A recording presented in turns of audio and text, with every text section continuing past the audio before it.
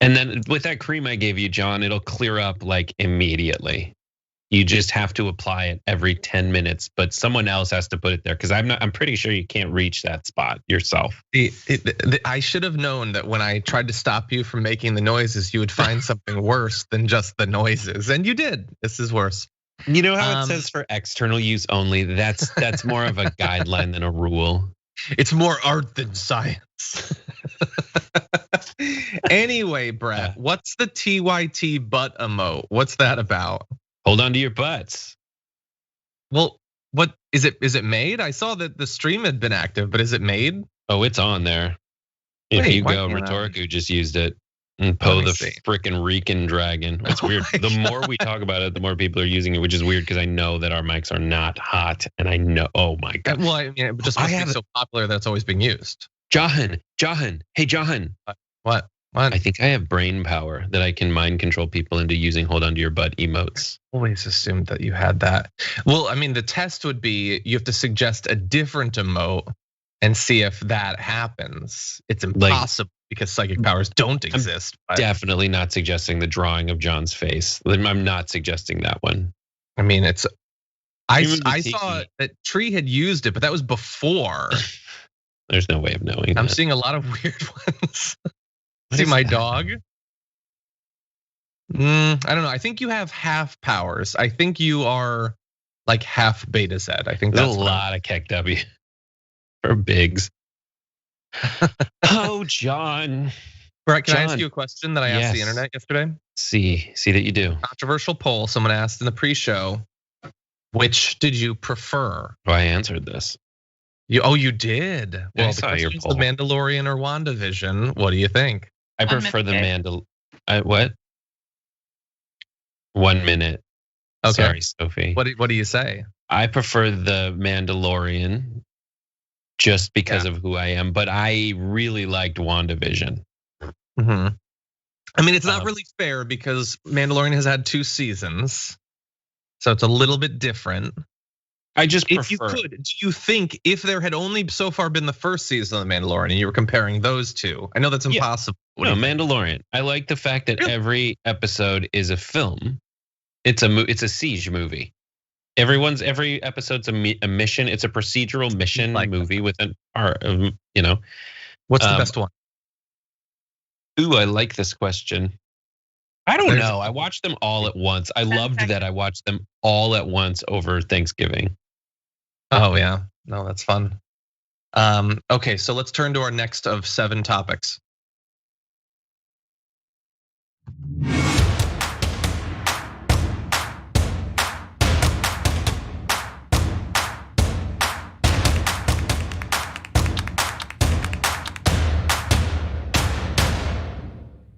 Hello and welcome back to the end of the week here at the Damage Report. I'm John Iadarola and very excited to welcome, as always, on Fridays, Brett Erlich. How's it going, Brett? Oh, I'm so happy, John. I forgot to tell you earlier, I'm so happy to be here in the neighborhood. And your show is so great in my mind because it definitely marks that this is the end of the week for me.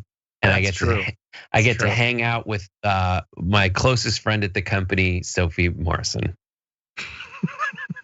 Damn. Anyway, that almost got my hopes up, pride up. I don't know. Anyway, then I'm not as excited to have you here as I was a moment or two ago, but still kind of excited. And I'm very excited for Fridays too.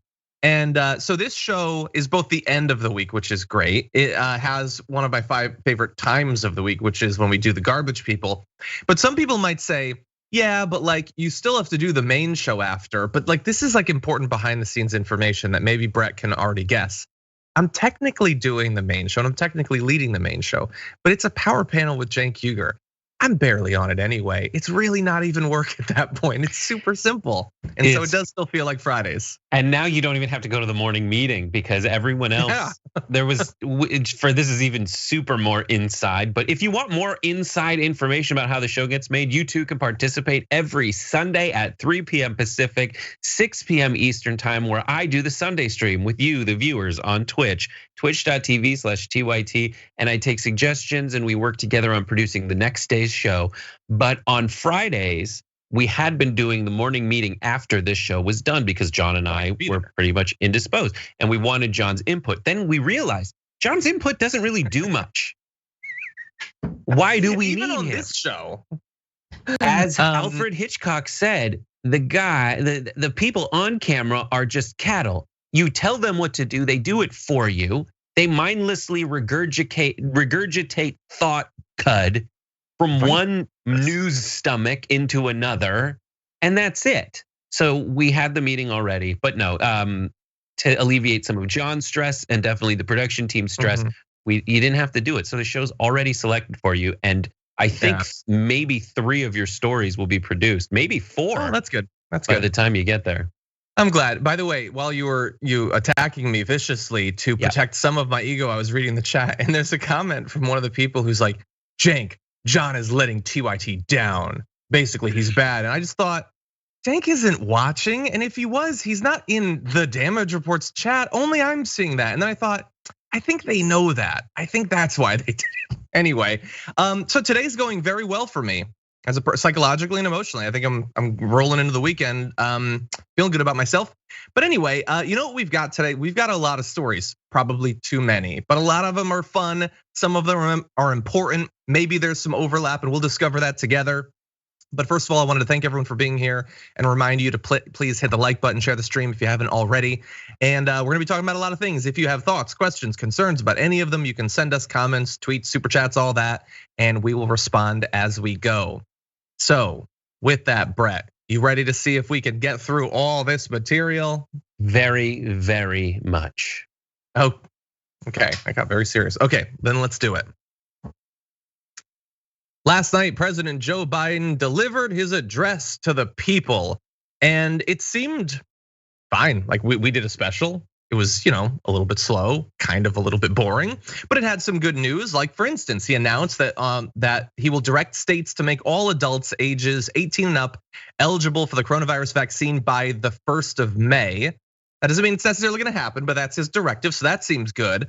And then he added on to that, maybe something we could look forward to if everything goes according to plan. If we do all this, if we do our part, if we do this together, by July the 4th, there's a good chance you, your families and friends will be able to get together in your backyard or in your neighborhood and have a cookout or a barbecue and celebrate Independence Day. That doesn't mean large events with lots of people together, but it does mean small groups will be able to get together. After this long, hard year, that will make this Independence Day something truly special, where we not only mark our independence as a nation, but we begin to mark our independence from this virus. Okay, so that seems good. It's what Biden does. It's like reasonable, kind of optimistic. I can't imagine how the right is going to have a big problem with it, but you know it's coming. Here's a little bit from the insane mind of Mark Levin. Yeah, this speech that Joe Biden gave is the most disgusting, propagandistic speech that a demagogue, even a politician, has ever given. It is pathetic. And this speech right here makes me want to kill myself live on air. What are you talking about, Brett? It's disgusting demagogue. What did you say?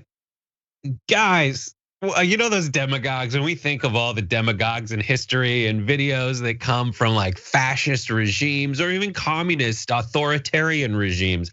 You know how they're always like, everyone, they have people lined up and posters with propaganda saying like, maybe some bratwurst by Independence Day. Like that's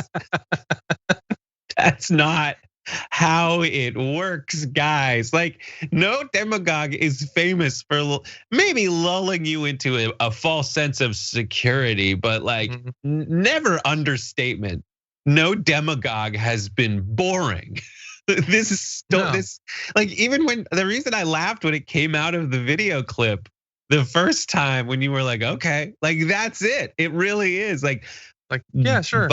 Sure, fine, nice. Yeah. The one thing I took away from his speech was like May 1st. which used to be like Mayday, Mayday, Mayday, is now like hey, I'll be eligible, and then I have to go online and find out what that means. But there is no way. I guess it's fascinating because we always wondered, like, what is the barrier? What bar is so low, and what reality is so undeniable that the Fox messaging machine can't blow it out of proportion? And this speech just proves that bar does not exist. That it could be the most boring, non-controversial speech ever, really. And still Fox will be like, this is a demagogue. Hide your kids.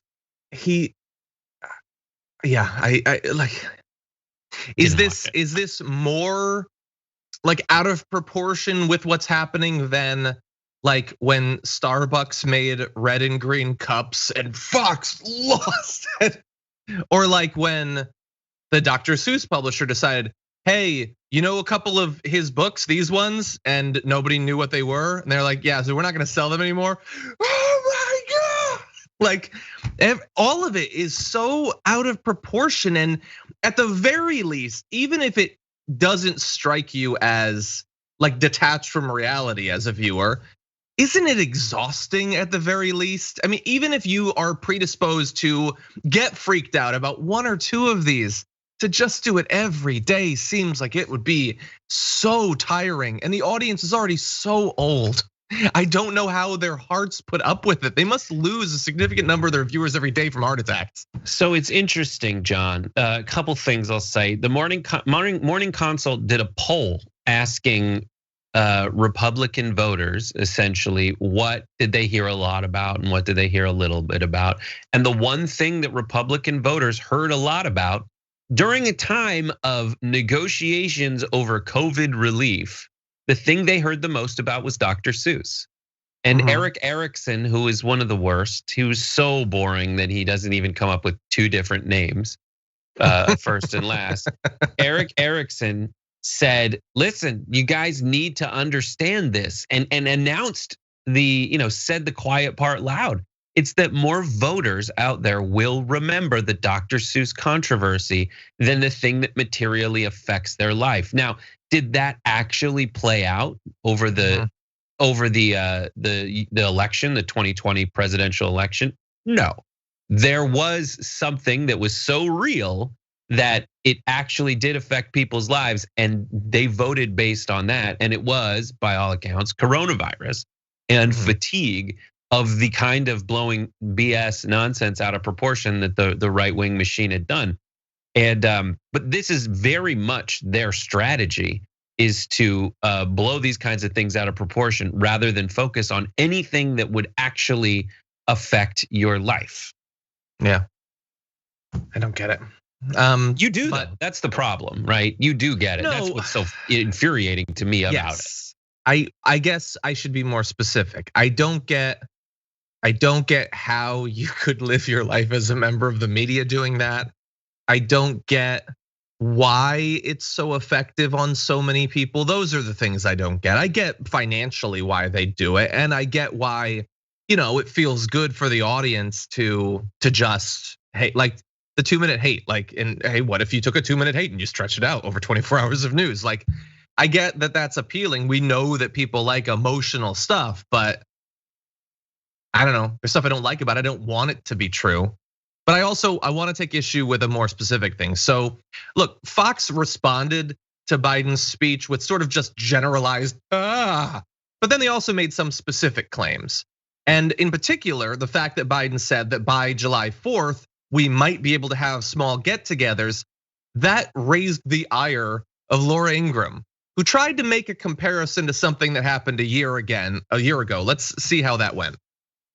Well, what were the journalists saying? Their reaction to this pseudoscience? I think it was very moving. I thought it was really important when he talked about that July 4th goal. He is the guy we need right now. July 4th. Yeah. He put that on the calendar as well. So backyard barbecue. Right. People are going to be looking at their calendars now with some hope. If we all do our part by the 4th of July, we might be able to celebrate Independence Day together, which would be incredible. I don't even know who that last person was with the mask. Who was that? Oh, Chris Hayes, okay. Now, how is that based in any science? Now, I seem to remember a different reaction from the press corps who were crucifying Trump for pegging reopening to a holiday last spring. President Trump pushing the country to get up and running by Easter, but top medical experts are warning it is much, much too soon. We're going to have everything lifted by Easter. No. The president saying, I want the whole world to be opened up by Easter. And think about what Bill Gates just said. You do that too early and you're going to be ignoring all the bodies in the corner. Oh my gosh, I hadn't seen that until just then. Now, of course, the truth is the press was acting like the comms department for the DNC last spring. She is like the cringiest of all of them. But my favorite part was Brett hadn't seen that video, so he didn't know what she was gonna compare it to. So Brett, what in real time did you realize? John, it's worse than that. I had seen the video. Okay. I had watched it, but even the second time around, it still hits pretty good. Where she's like, she is mad at Biden for she's mad at people for comparing. It's so stupid that I still can't wrap my mind around. It's like Biden said, she thinks it's the same thing to say, we should open the economy back up when infections are on the crazy rise. She thinks that's the same as saying, well, we have a vaccine, and if we give everyone the vaccine, it should be better. Yeah. She thinks no, it's like, opening I think I have a metaphor. At the beginning of the that's it. Go ahead.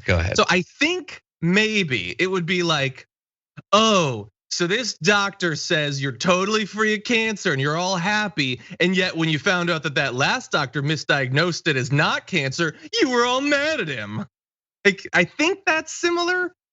But Brett, I know that I say I don't get it, and then you point out that we do. Sure, but a Republican watching that, do they not come to the same conclusion? Well, I mean, to be fair, that was a year ago and there was no vaccine and it was really bad. It's so crazy. It's so crazy. I guess the other metaphor is like the weather report.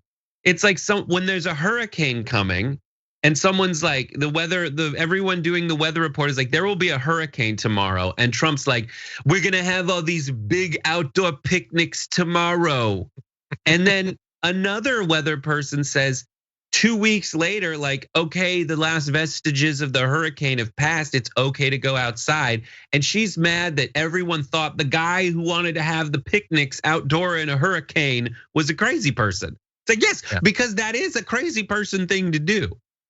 Well, and really fast. So 2 things that she said specifically that I want to make sure we comment on. One was, I don't even know who that person in the mask is. Oh, it's Chris Hayes. Nice. That's in your prompter, on TV dude. For years. She's been on TV. That was terrible. That was so bad. But anyway, the second was, what's the scientific basis for the 4th? No, look, the 4th could end up not being what he's making it out to be. It's possible we could still have a lot of COVID. I would say that at that point, it's likely it's going to be spreading amongst people who voluntarily don't get the vaccine, which she's encouraging on her show.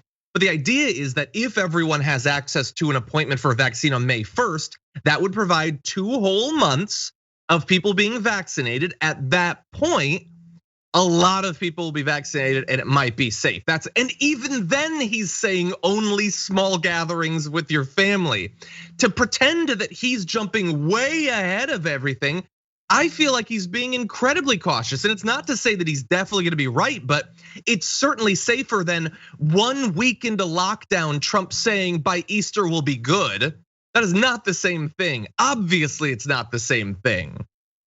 They're so not hungry over there. Like the capitalists on the right would say that competition really breeds innovation. But the thing is, there's no competition with Fox News. Like for 5 minutes, there was competition over at Newsmax when Trump was pointing it out on social media. But now everything's back to normal. Tucker's back to being #1. Fox News is back on the rise because they all just forgot about Newsmax and have kind of moved on from it.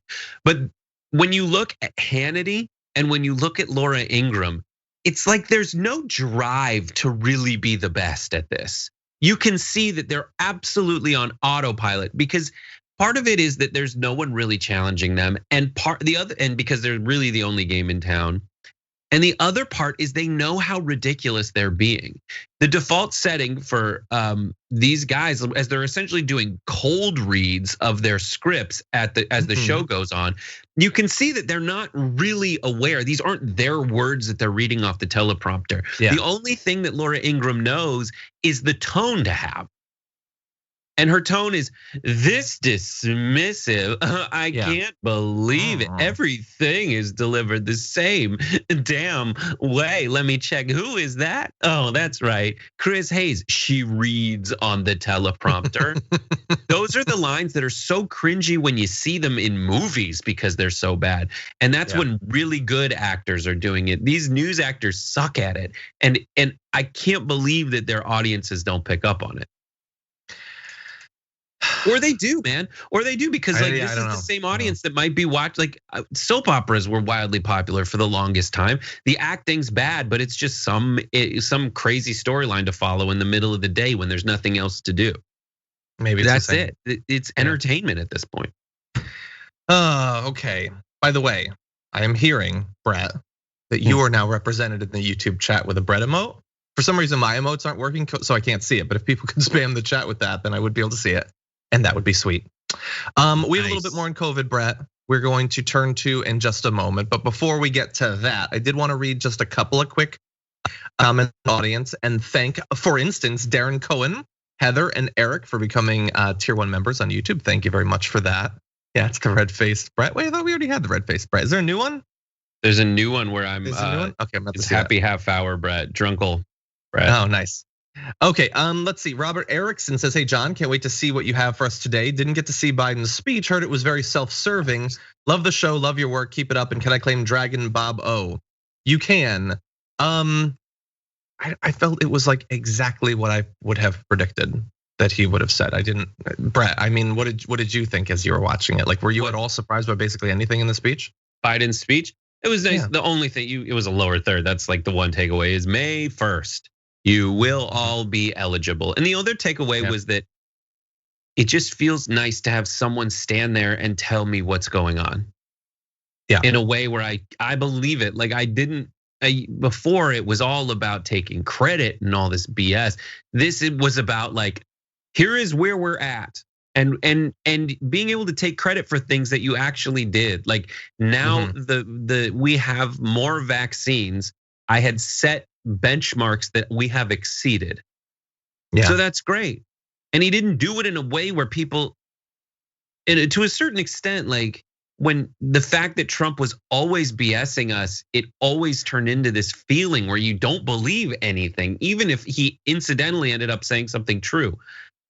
With Biden, we can identify the things that I'm pretty sure he is disingenuous about, like, you know, the timeline for accomplishing certain platform goals. But in terms of having someone who's in government who knows how to actually make things like this happen, it's going well. It's going well, and I can believe it, and it feels good.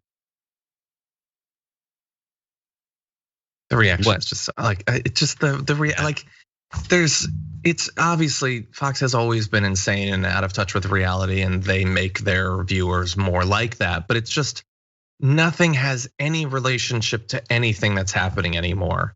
Like right. When we do TYT later, everyone will get to see like the cool way that they made it interactive with Tucker Carlson when they were streaming the speech. Yeah, everybody check that out. They had like the little Japanese TV inset reaction box, but like, why would you do that when Tucker Carlson only has one face?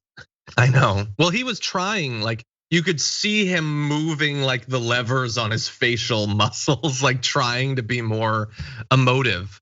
But like, you need to practice that stuff. You need to exercise that while you're doing your interviews. You can't just the whole time. So bad. Anyway, we got a million things. So really fast, couple super chats, then we got to jump back in because we got so much news. Sorry, I teased that. Anyway, John Meadowhall says, I need to know if Brett received his beer stein yet. So well, I think, well, what? I got a text message yesterday from John, and I was like, oh my God, what happened? This is a very weird time. It's like right before his show goes on. He's like, dude, there's still something on your desk at the office. So I will go get it. I am extraordinarily excited about it.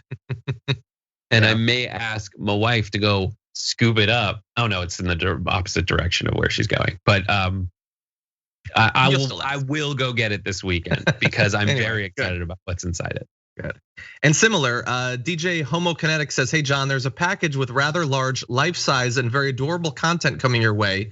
Should be there by the end of the day, maybe do an unboxing video. Anyway, all the best from Austria. I don't know what that means, but I'm a little bit worried. It's not a dog. You didn't send a dog in a box, did you? Technically everything in life is life-sized, so. That's true. Well, thank you.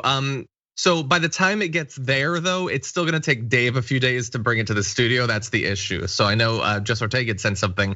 I think that's at the PO box. So I don't have any access to that, but thank you. I inevitably get everything. Usually takes like a year or two. I'm totally joking. But anyway, thank you in advance. Okay, Jade says, my boyfriend and I are getting the J&J today. Can I be Jade Dragon, please? You can. And glad that you're getting that. Thank you, non-human humanist, for upgrading your membership to tier 2 and getting access to the top 10 list, as well as Richard Hoover. Thank you very much. Over on Twitch, Uralino gifted a tier 1 sub. Thank you for that. Power to the Dragon people gifted one as well. Love that name.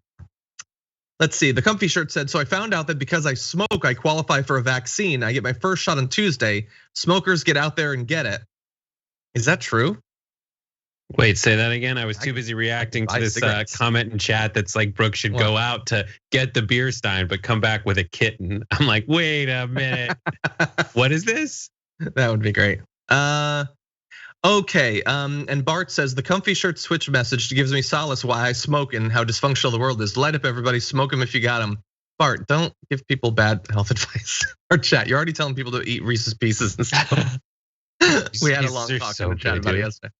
They are good. Anyway, okay, we gotta jump back into it. We got a couple quick little stories. This is not one of them, but hopefully we can get through everything. We will see. Sometimes I start producing stuff and then I realize, John, do the story. Shut up, John. Shut up and do the story. Okay, this is exactly how Fox's shows go. By the way, that bit was to make me feel bad. I thought it would be funny. It just made me feel horrible. Yeah, well, you probably remembered how the show started. Anyway, with that, let's jump into it. It's only a super serious story, Brett. It's only really serious. Anyway, let's jump into it. Okay, so we've pretty much assumed for about a year now that Republican governance, both in terms of the governors, but then also the effect of the president, led to really bad outcomes when it came to the pandemic. But actual like scientific analysis of differences in outcomes for the pandemic across areas controlled by Republicans versus Democrats, we haven't had a ton of that. We have a bit more now. So here is what has been found in this new study. COVID-19 case and death rates in states with Republican governors have been markedly higher than those with Democratic leaders for much of the pandemic, suggesting decisions like lifting stay-at-home orders and declining to issue mask mandates likely resulted in higher COVID-19 metrics as GOP governors now go even further to rescind public health measures. Now, all of this seems common sense, doesn't mean it would work out that way, but it looks like it in fact did. So researchers found that while COVID-19 incidence and death rates were initially higher in Democratic-led states, some of the earliest epicenters of the pandemic were states like New York and New Jersey, Republican states soon overtook them and their rates remained higher through December. GOP states started having more cases per 100,000 people than Democratic ones starting June 3rd, reaching a maximum of 1.77 times more cases on June 28th. Republican-led states' COVID-19 death rates overtook Democratic states on July 4th, how patriotic, reaching up to 1.8 times as many deaths on August 5th, and they had a higher test positivity rate starting May 30th that peaked at 1.7 times higher on June 23rd. So look, we talk in general terms across a lot of different issue areas about the difference between having Democrats in charge and having Republicans in charge. It is not often that you can so directly like quantify the difference there, and understand that the difference that's being demonstrated there is cases which can result in lifelong issues, even if you survive with COVID, let alone the fact that so many more people died, and not magically, not mysteriously, very reasonably, because People weren't encouraged to wear masks. They weren't required to. Things were kept open. When there were lockdowns, they were opened prematurely. We knew at the time that that would lead to more deaths, and this study is showing that it did. And that's very easy to see the trends here. Yeah. It's so weird that what it comes down to for me is that original instinct when you hear something. Hopefully the original instinct when you hear something that you have is to question it.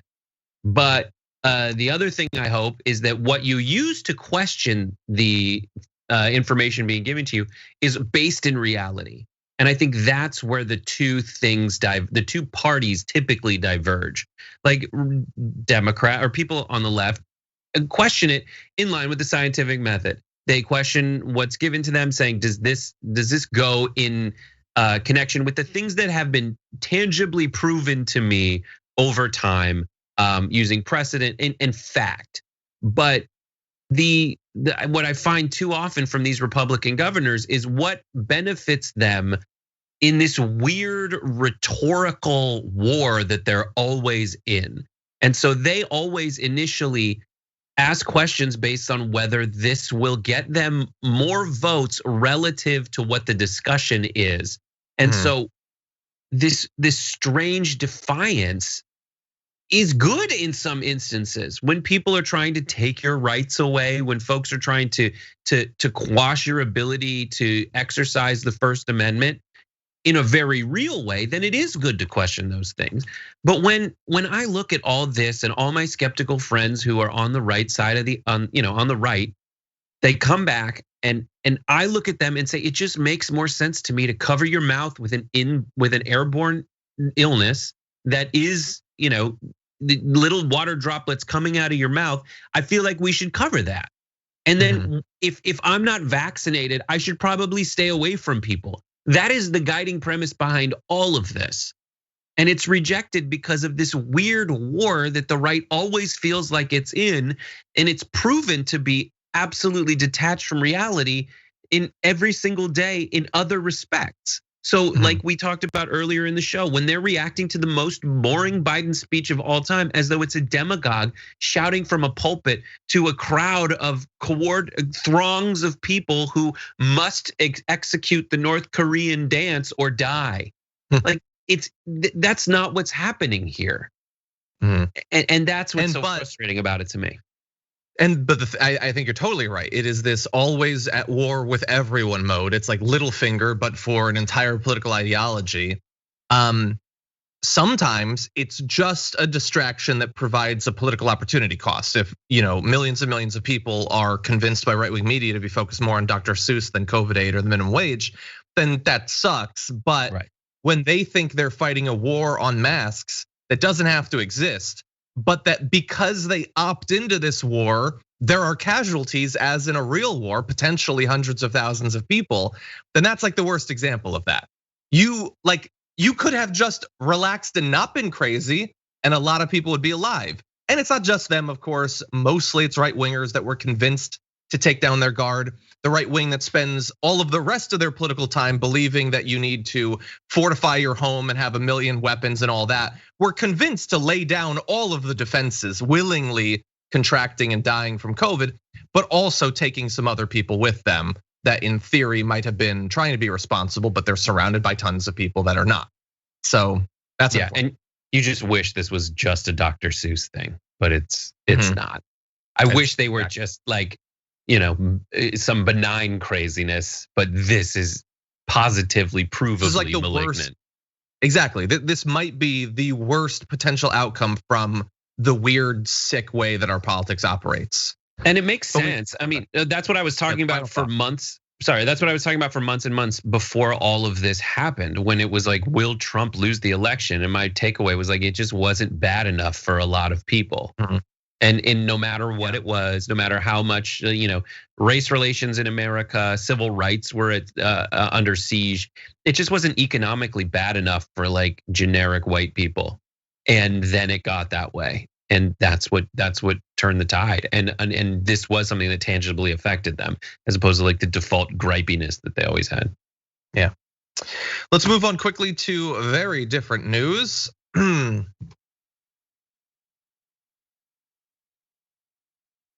Boom, boom, boom, boom, boom, boom, boom. We're just gonna do it. There we go. Yeah. No, because then it'll come in like 2 seconds later. And it's like, it happens. Anyway. Throughout this week, Governor Cuomo has faced additional allegations, bringing the number of women who have alleged sexual harassment or sexual assault up to at least 6, depending on when you're watching this. And as a result of this, New York State lawmakers have now opened an impeachment inquiry into Governor Cuomo. They had a 3-hour emergency meeting. The state assembly announced that it would give its judiciary committee broad jurisdiction to investigate allegations of misconduct against Mr. Cuomo, including the sexual harassment claims and his administration's handling of virus-related deaths of nursing home patients. The decision sets the stage for what could be the state's first impeachment effort in more than a century. In addition to that, you have the announcement of 59 Democrats in the state legislature, almost 40% of the party's members in the assembly and the Senate, signing onto a statement demanding that he immediately resign. So, way faster than this impeachment procedure could potentially produce. And in addition to that, you then have New York Congress people weighing in, with Representative Alexandria Ocasio-Cortez tweeting, after 2 accounts of sexual assault, 4 accounts of harassment, the Attorney General's investigation finding the governor's admin hid nursing home data from the legislature and the public, we agree with the 55+ members of the New York State legislature that the governor must resign. That was AOC and Congressman Bowman.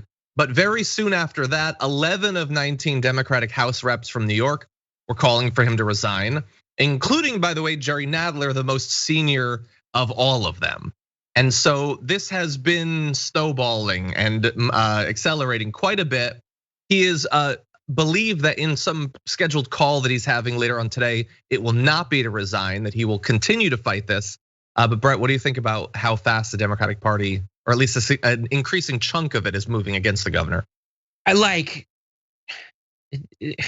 There are the whole part about undercounting nursing home deaths is a giant freaking scandal standing on its own. And then people are hearing about these like sexual assault allegations, going like, I don't know, the Me Too movement, there was a cloud following it where you had very real advancements made.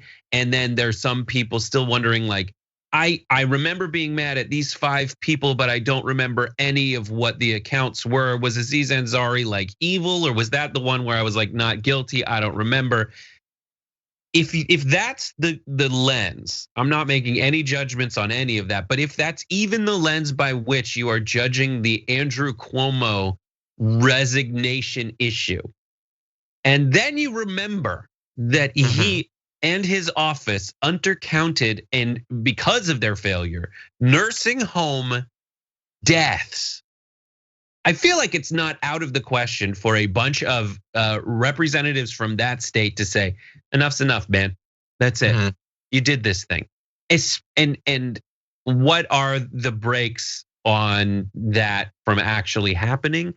There's this darlingness that the media has for Cuomo.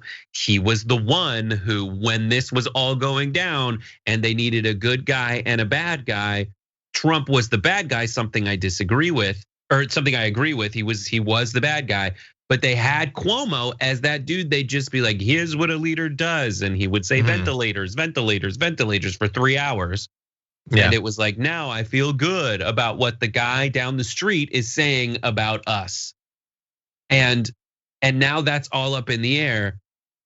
And I feel like when it comes down to it, the big revelation that a bunch of people had before, but that I had this week is that when you're looking at tribalism, how do you identify tribalism versus people who are just like really principled? And it's hypocrisy. And if you can find the hypocrisy, that's tribalism, because people have a double standard because their priority is their side winning and not the facts winning. And in this situation, if you're just dragging your feet because there's a D next to his name, then your hypocrisy reveals your tribalism. And as a result of that, you need to be very honest in your appraisal of what you are doing and what is right and what is wrong. And as I say, like, just even if nothing's been proven in a court of law about the sexual harassment claims, and there are going to be investigations about that, the nursing home stuff, man, that is really, really, really bad already. Yeah, it is. I think. And it's a part of the impeachment investigation. AOC referenced it in her thing. Like, I think both of these are being considered simultaneously. I think the fact that you have so many recurring updates of more and more women coming out, more so than you have new updates about the nursing home scandal, drives more media attention, obviously, I think. Plus, because it's like a scandal that involves huge numbers taking place in a time where lots of people are dying, is less like humans gravitate to individual people and faces and names. And that side of the scandal, I think, has been providing more of that. Like if it was, here are particular people in nursing homes that they pretended died of something else, maybe that would draw more of the attention. But in any event, I am glad that the Democrats, at least this number of Democrats, and it's a lot, like the majority of the Congress people from that area and a significant percentage of the state reps are doing something that is not hypocritical. It is expecting that these sorts of claims be taken seriously. And still, in general, I think that both parties are generally loath to take this seriously, when taking it seriously could result in some sort of political hindrance to them. But this is a reminder once again that the parties are not the same in this area. They both might tend towards protecting their own, but the Democrats sometimes will ask for resignations or try to push people out. The Republicans effectively never do. So what do you think will happen, John? Do you think Cuomo will ever resign? I mean, I think the only way I can really conceive of him resigning is if he thinks that impeachment is inevitable. He would prefer that he resigns rather than be impeached, I guess. So that's gonna come down to, is impeachment inevitable? And at this point, I don't know the numbers. It looks like, a significant percentage of the party's already against him. So I don't know, we have to see. One fascinating aspect of this is, without the news cycle being as tumultuous, he doesn't benefit from that, well, something else shiny will come along dynamic. That's true. Maybe if Trump was still around, that would be better for him. Yeah, he's probably like on the phone with Twitter to reinstate Trump right now. I don't think he'll resign unless impeachment is happening. And I think that's something we've learned recently, that a Democrat is learning that Republicans were hoping they could get away with for a long time, which is, well, you guys can be upset, but you'll have to wait until the next election to really tell me what's what. Yeah, and by the way, like right now, Madison Cawthorn, as we've talked about, is facing a number of different allegations of sexual harassment and sexual assault. And he goes on Fox News and they don't even bring it up. It's not even like a puff piece interview or anything. They pretend that it doesn't even exist and then do a segment about Cuomo. And the thing is, should they do the segment on Cuomo? They should. But they should also not pretend as if they have members that aren't facing similar allegations. Yeah. Anyway, with that, I'm gonna read a couple super chats and launch into, hey, a little bit of good news and then a little bit of funny news. I want both of those things before we start throwing people in the trash. So Chris Nesbitt said in a super chat, Fridays on TDR are the best. Thanks, John and Brett. Hey. Non-Human Humanist says, sometimes I wonder how these anti-maskers think about condoms and STIs, seatbelts, etc. Hopefully not the same for all the rest, safety and future. I think they're probably less likely to use those things. I mean, as we alluded to early on in the anti-mask movement, we showed articles from back in the day. There was a very strong anti-seatbelt movement that talked about it in somewhat similar terms to the masks. They did not want to be forced to wear seatbelts. There's people who ride motorcycles that don't like mandatory helmet laws. I mean, there's always going to be somebody who is fighting for entropy to take them, I guess. I love that. What I love about it is the argument and how it goes down. It's like, well, this is not tangibly on the one hand, they say this is not tangibly a restriction of your rights in any way. This will also provably reduce deaths on the road with, again, no cost to your civil rights or human rights. And the other side of the argument is, I don't wanna. That's what it is. And that's like, well, we've heard both sides of the argument, and we're gonna side against the I don't wanna contingent. Yeah. And by the way, we wore our masks and we wear seatbelts, and I rode motorcycles for years and I wore helmets. Like, I don't think that I'm Thor, that I have some special power to not be bothered by these things. I'm just a mediocre adult, and that's all it takes.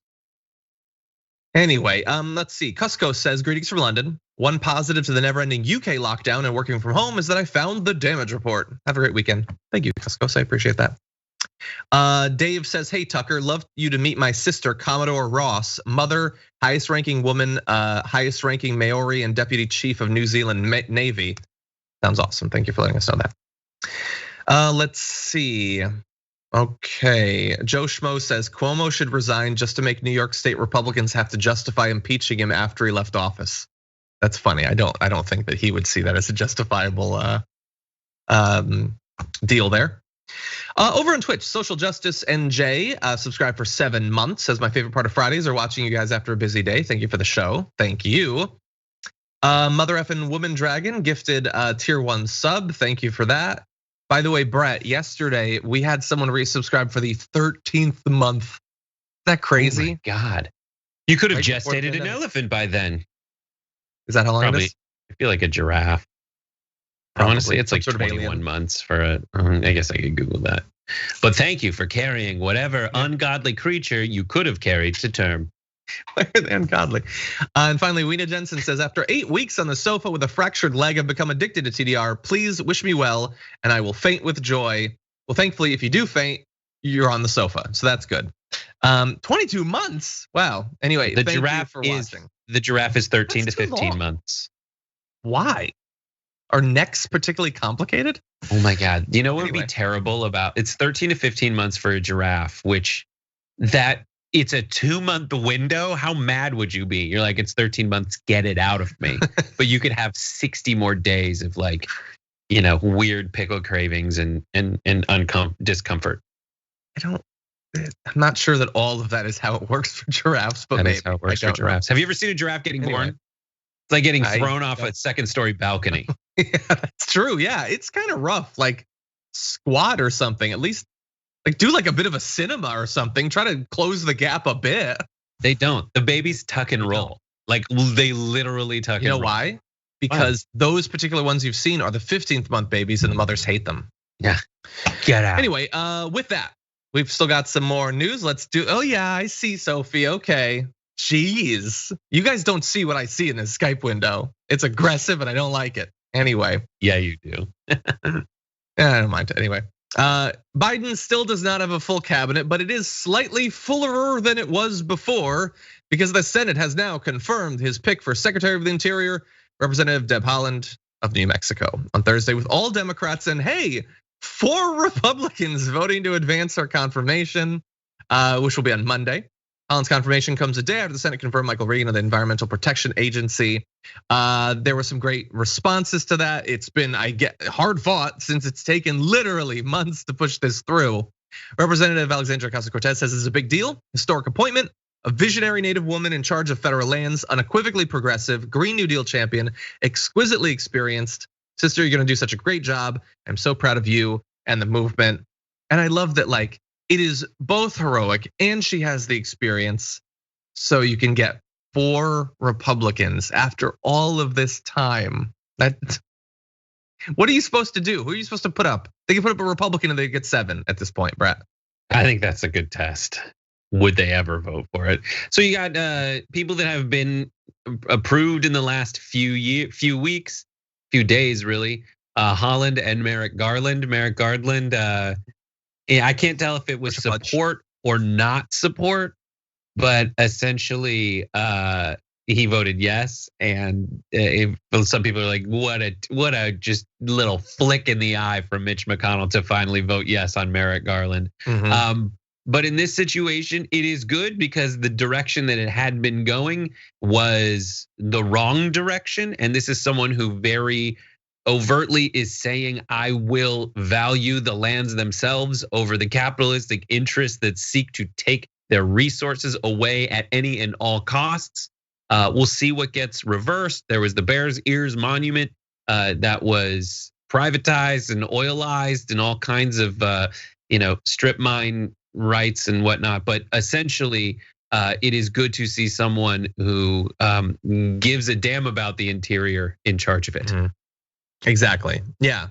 Yeah, and in particular, there's a variety of people that in theory Joe Biden could have put forward that would have been, like easily on day one better than any of the Republicans who over the last 4 years seem exclusively chosen because their resume says that they will directly go against the stated goal of these federal bureaucracies.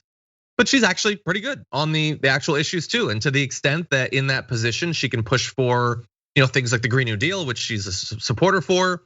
She says she's going to move climate change priorities, tribal consultation, and a green economic recovery forward. Like, this is not just, hey, he got a person. It's a good person. And there have been a few of those. More of them have been like, for instance, as you said, Merrick Garland getting confirmed. And like, I kind of like it a little bit as sort of political karma, but it's one of those that, I don't know, maybe it's just me. Like people on Twitter were like freaking out, like, yeah, it took 4 years, but we got Garland. And I just can't take part in that. Like, I don't, sure, it's good, but I can't be like, yes, finally stick it in their face. I don't know. I like the Mitch McConnell part in particular because he was so singularly instrumental in stopping Merrick Garland from getting on the Supreme Court. But it's not like I wanted Merrick Garland on the Supreme Court because I'm such a fanboy of Merrick Garland. Just would have preferred him over, Gorsuch, for instance. Yeah, I'm with you. Anyway, but good news. What do you know? And Marcia Fudge and and Merrick Garland and a number of others are getting confirmed. Personally, I mostly checked out of the confirmations after Pete Buttigieg. That was everything I wanted in a confirmation. I already got it. I don't need anything else. Dude, it was so good. It was so good. It's like, I just want to make transportation fun again. And it's like, yes, when I am driving, cool again. When I am driving across a crumbling interstate, fearful that I will fall into the Mississippi River, one thing I'm really wondering is my transportation secretary making this cool again? Oh, this bridge seems rickety. Cool. Nifty. We're gonna paint them. We're gonna put lightning bolts instead of lane lines. That's how cool it'll be. I don't know what that means to make it cool again. I just hope it ends with him like on a unicycle or something, or a penny farthing, like something retro, And when I think cool, I think Pete Buttigieg. What? But they do. The people who write those headlines do. He's young after all. Yeah. Anyway. Young. Sometimes when I'm putting together an outfit, I opt against double pleated pants and go with a single pleated pant. That's what we're looking for in America. Is this Luke Wilson? Because he has that. Wilson. He has a little mouth thing. He's like, that's what we're talking about here in America. Kind of. You're like 25% Buttigieg, 75% Luke W. I think. I'm buying time by wondering. I wonder, can you take your underpants off when you're on the? I don't know. It's a Zoolander reference. One hand. Come on. That's Luke Wilson. Come on. We gotta get through more stories, Luke. Okay, let's do this last one. This is important news that people need to know about. Okay. How am I supposed to do the news now after that? Anyway. Marjorie Greene did not enter Congress with a lot of like knowledge or experience or curiosity about the world. And that's been demonstrated pretty consistently. Like last month when she said this, I'm a regular person and I wanted to take my regular person, normal, everyday American values, which is we love our country. That got way too country. Anyway, we believe our hard-earned tax dollars should just go for America, not for what? China, Russia, the Middle East, Guam, whatever, wherever, which is a weird thing to say about individual countries, entire regions of the world, and territories of the United States, which you should know because you've already been a congresswoman for like more than a month at that point. You've probably talked with their representative in the House of Representatives, but still thinks it's a foreign whatever, wherever. But thankfully, there have been some entreaties from Guam for her to potentially learn something with a bit of an olive branch, a delicious olive branch. So Crystal Paco Sen Agustin, communications director for the governor of Guam, said Congresswoman Greene is a new member and we'll be paying a visit to her and delivering delicious chamorro chip cookies as part of our ongoing outreach to new members to introduce them to our wonderful island of Guam. We would be more than happy to send Representative Greene's office a copy of Destiny's Landfall, A History of Guam. I would bet every cent I have and every cent I will ever have that she wouldn't read 3 pages of any book about the history of Guam. Like, I defy you. Here's a challenge for you for social media. Come up with something less likely to happen than her turning the last page on that book and saying, I really learned a lot. Can't think of anything. You can't think of anything. It's so stupid. But anyway, Brett, yeah, Guam's a territory and she doesn't know, doesn't care, won't learn. And in a month, we'll have forgotten it. Puerto Rico is one of my least favorite places in Mexico. Like, that's what it sounds like. That's what it is.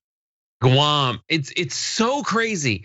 It's like, at least she knows that Guam is a thing that exists. If I'm looking for the silver lining, she knows Guam's a thing, but she doesn't like Guam. And more, the problem is, like, she doesn't really, I'm sure there's a way to get through to her so she could be proud that we have places like Guam, because I'm sure if you talk about like American imperialism and expansionism and having control over more places on the earth, she would be 100% all about it.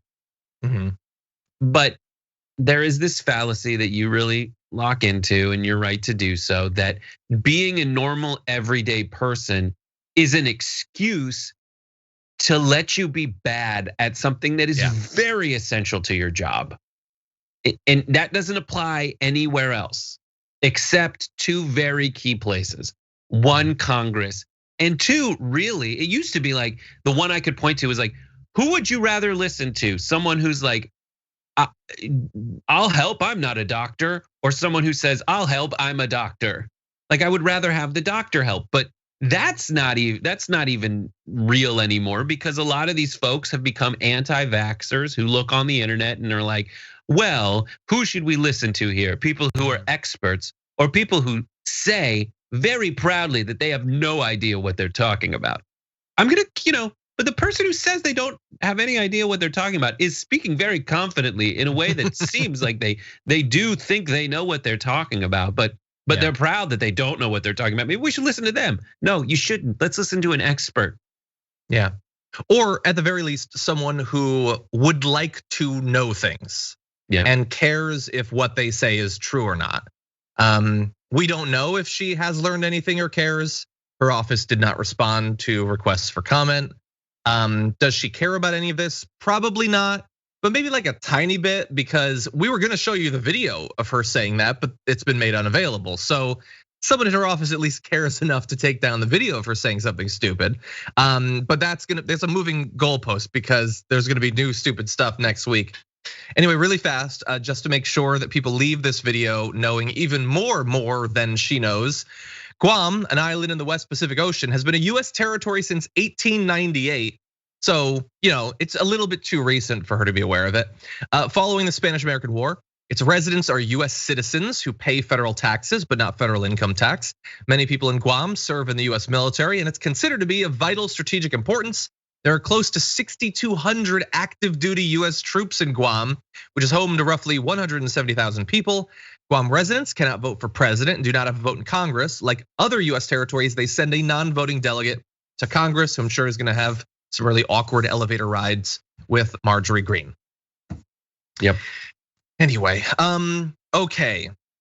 I'm looking at going over. So chamorro chip cookies, reminiscent after a culture from the island. Yes. Well, there you go. I'm looking for. I see flour, salt, baking soda, butter, white granulated sugar, large eggs, vanilla and extract, and chocolate chips. They look like chocolate chip cookies. I think they basically are, but I would love to try them. You know why? Because I want to expose myself to new information and experiences, particularly about baked goods. There you go. Anyway, okay, so here's what's gonna happen. We're gonna treat the F block like the D block, and we're gonna boot it into the ocean. And then after a couple more super chats, we're gonna feed this garbage can right here. So let's see what's going on in the audience. I saw this message on Twitch from Court for Jester. Says, Jank read my comment the other day. Can I finish out my week by having John read this one? Stay tuned to find out. We may never know. Chub Toad says, ignore Brett's nonsense, John. He's just jealous. I think that super chat was sent relatively early on in the show, but with Brett, it could be really referring to any 5-minute period. So thank you for sending that. Let's see. Daniel Johnson says, clearly Fox guy wrote response before Biden's speech. Yeah, basically, if he's talking about Mark Levin, but like Sean Hannity said, he did one section where he was like, I have to admit, he must have prepped a bunch because he didn't mangle it, he didn't make any mistakes. But then he still went on with what he would have said had there been mistakes, which is this guy's senile and he's losing it. So the commentary has no relationship to what actually happened. It either was formally written, and for most of them it is because they read off a teleprompter. Certainly their commentary, their thoughts are not actually affected by what's going on. Yep. Tucker Carlson's face was barely affected by what was going on.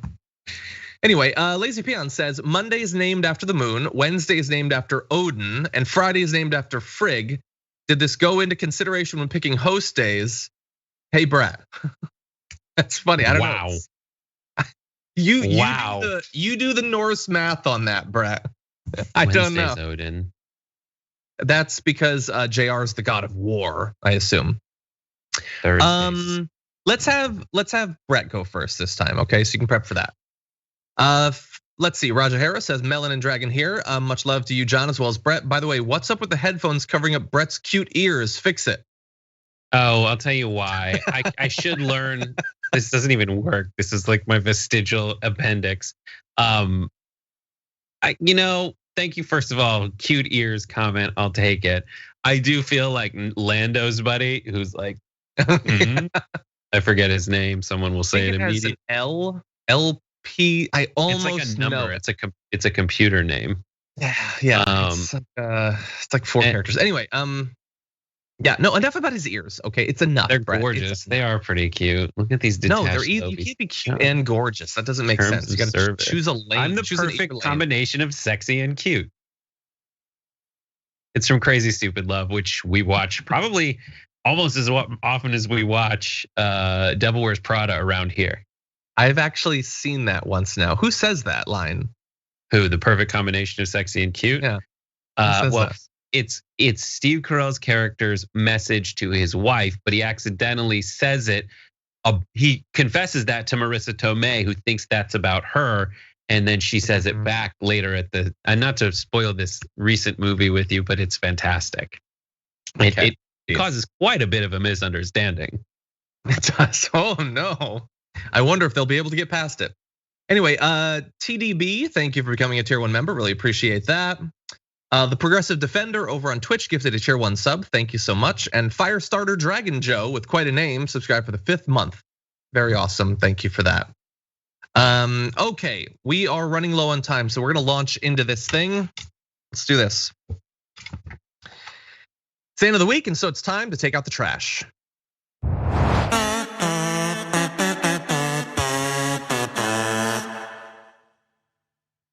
Every week, Brett and I choose one garbage person of the week, and the audience does as well. This week, I'm even gonna read the one the audience chose. But first, Brett, who's your garbage person? Callback. My garbage person of the week is one Jonathan Hannity. Sean Hannity, who with his president and best friend Donald Trump out of office, is having a little bit of withdrawal syndrome. And honestly, it's turned to psychosis.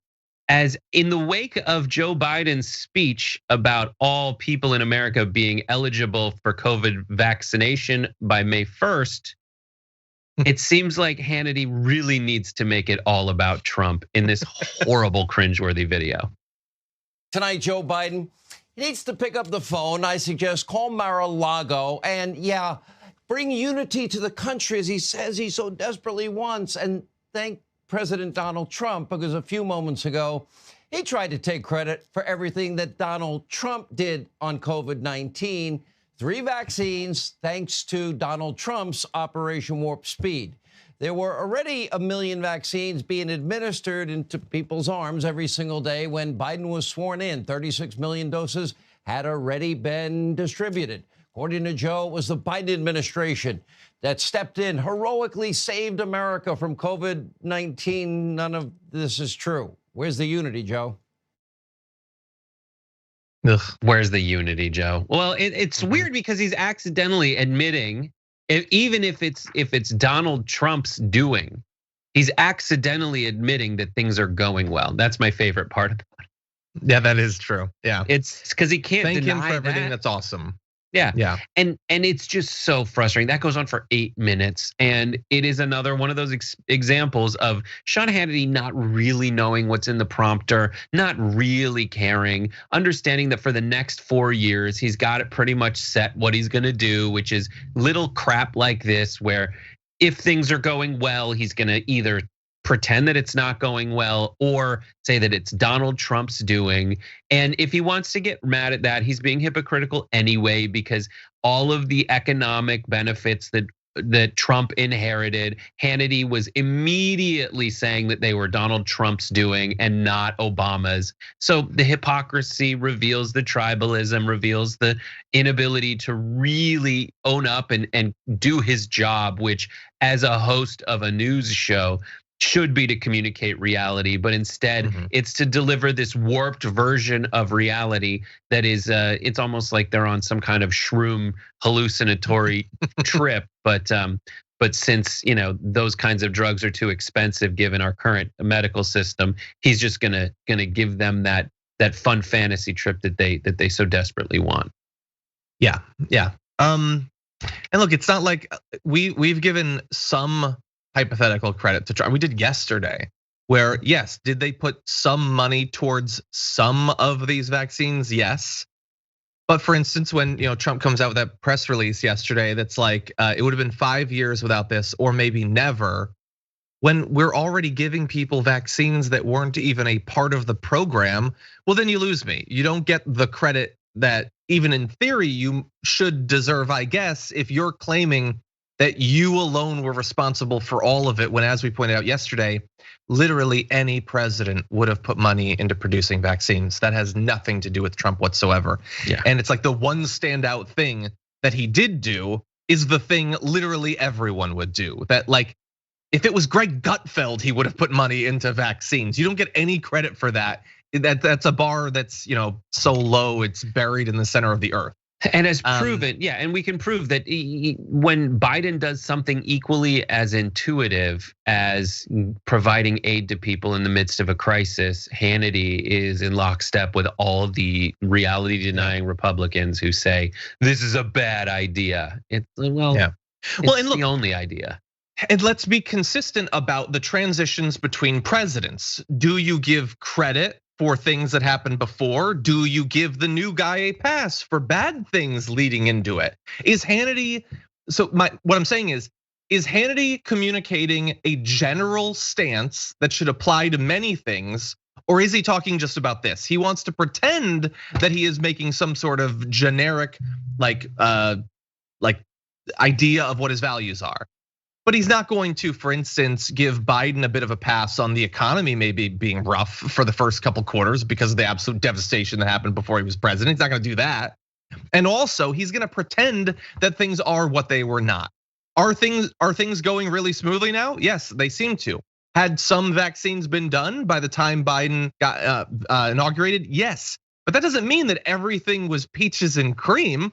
We had huge supply chain issues. The initial huge amounts of vaccinations that were being done started to fall because the DPA had not been invoked, which Biden then did. Not to mention the fact that Trump effectively said, we're gonna send the vaccine out, but we're not gonna tell you anything about how to do it, which led to some successes in some states and other states having huge issues in actually getting it into people's arms. Biden helped to institute actual guidance for how the vaccination should be done.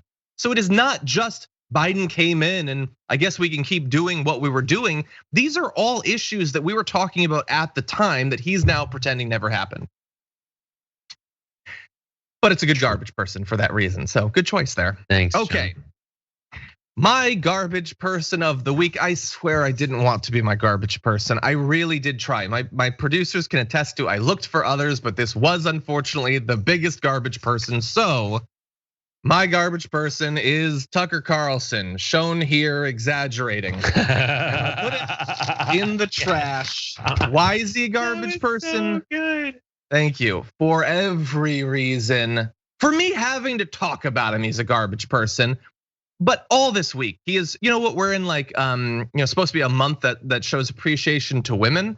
And he has decided, no, I'm gonna do the exact opposite of that. So literally every day has been some high profile attack against women in different parts of American society. And then it came to the military. And so he did 2 whole shows attacking women in the military and pretending that they make a mockery of our military, that they're gonna result in China invading us because we have women in the military. Here's what's gonna happen though. I'm not showing you the video. I can't take it. I don't wanna hear his voice. I don't wanna see his face. I've already reached my limit this week. So I'm just gonna show you this headline. He was attacked after the first show by military leaders for mocking pregnant service members, which, like, I get that in theory, it seems like his show is being produced like how Family Guy said The Simpsons was, that they just, like pull a couple of things out or whatever and mash them up.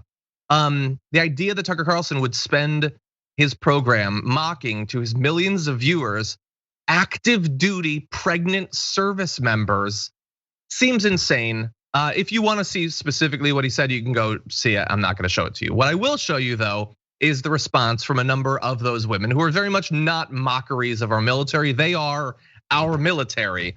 And so here's Heather Triegel, who said, I've had 2 children while serving in the Army, deployed to 2 combat zones, advised commanders at home and in war, and graduated from the Naval War College. I can assure you my presence does not make a mockery of the military.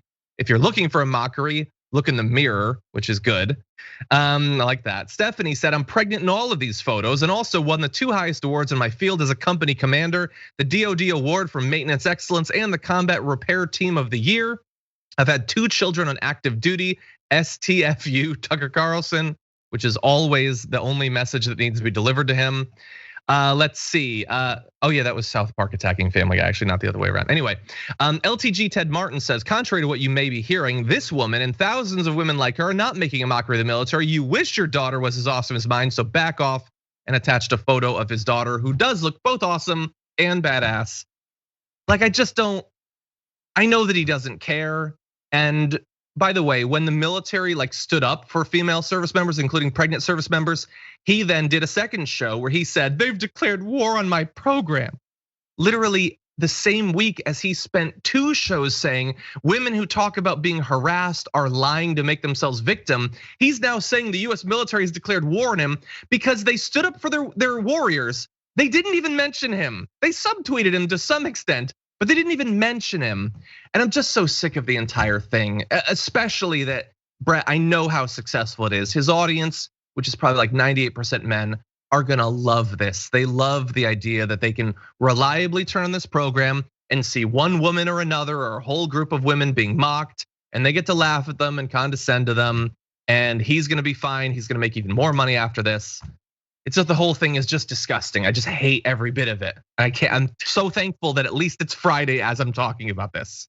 Maybe he's so bored and depressed that he is looking around saying to himself, what can I do? What third rail of Republican talking points can I get closest to peeing on without getting electrocuted? And so he's like, well, I know I can attack women. I know I can always already attack women, but what about women in the military? Can I form, just as a challenge to myself, because I am so bored and I hate this dynamic so much. I'm like a writer on Lost in season 5, where I'm like, I'm just tired of coming up with ridiculous mysteries. Like, at what point how close can I get to making fun of the military, and in what way could I get away with it? And this is his latest attempt. Yeah. And I definitely echo all of your things. It's like Tucker watching and saying, wait a minute, someone else is a victim here? No. Only my audience gets to pretend that we are victims. And I'm gonna do it again today and tomorrow and the next day till the end of time. Yep. Ugh. Anyway, you know what? I'm very happy though to have something to transition to. So perhaps as a strike back against the fact that I forgot to read this last week, 43,000 of you voted in this garbage poll. which is amazing. But can I just quickly mention, there's something, I'll be super fast. There's something weird going on with the YouTube algorithm where like it's not sending out our videos to anyone. And so like views are way down. 43,000 people voted in this poll. So frustrating, the internet. Anyway, so you're there, so thank you. I don't know what the algorithm is doing. So anyway, thank you to the huge number of you who voted. And let's see who our garbage people are this week. Coming in at number 5 this week with 5% of the vote, Ben Shapiro for questioning Meghan Markle's accounts of racism. Coming in at number 4 with 10% of the vote, you have Piers Morgan for throwing a fit over Harry and Meghan's interview. So 2 related to that interview, but not super highly ranked. Coming in at number 3 with 16% of the vote, Kristen Sinema for having so much fun denying Americans money. Really, that was number 3? Number 2 with 31% of the vote, you have Republicans for watering down the COVID bill and then not voting. That's a good one. But number 1 at 39% of the vote, and your garbage person of the week, conservative Dems for voting against the minimum wage increase. True pieces of garbage, one and all. So thank you to all of you for voting. You very accurately chose the garbage people of the week. Later on the show, on the Young Turks today, John and company will be discussing Pramila Jayapal, who said that Biden does promise her that there will be a fight for a $15 an hour minimum wage increase. Do you buy it? Or do you have even enough money at less than $15 an hour to buy it at all? Or Maybe you have to can't go buy to it. some kind of layaway program. Perhaps. Who knows? Anyway, that should be fun. But before then, Brett, thank you as always. What can people expect in Common Room tonight? Common Room tonight is myself, Nick Marzak, who wrote the music. He, is a music producer and an amazingly talented musician. We got a couple of really talented musicians. Nick also, has produced music on American Dad, and he produced the music for the, As the White House Turns intro. We also have Yasmin Khan is going to be back on the show, and Adriana Vega will be on today. So it'll be a lot of fun. That sounds like a great panel. Brett, thank you for everything you did, minus a few of the things you did. Yeah, makes sense. Pretty standard. Anyway, thank you everybody for watching, not only today, but throughout the week. Hopefully you'll join us on the first hour of the Young Turks, as we were just talking about. We'll be there. We always have fun on the Power Panel, and I hope to see you there. Until then, though, stay safe out there, stay sane out there, and we'll see you soon.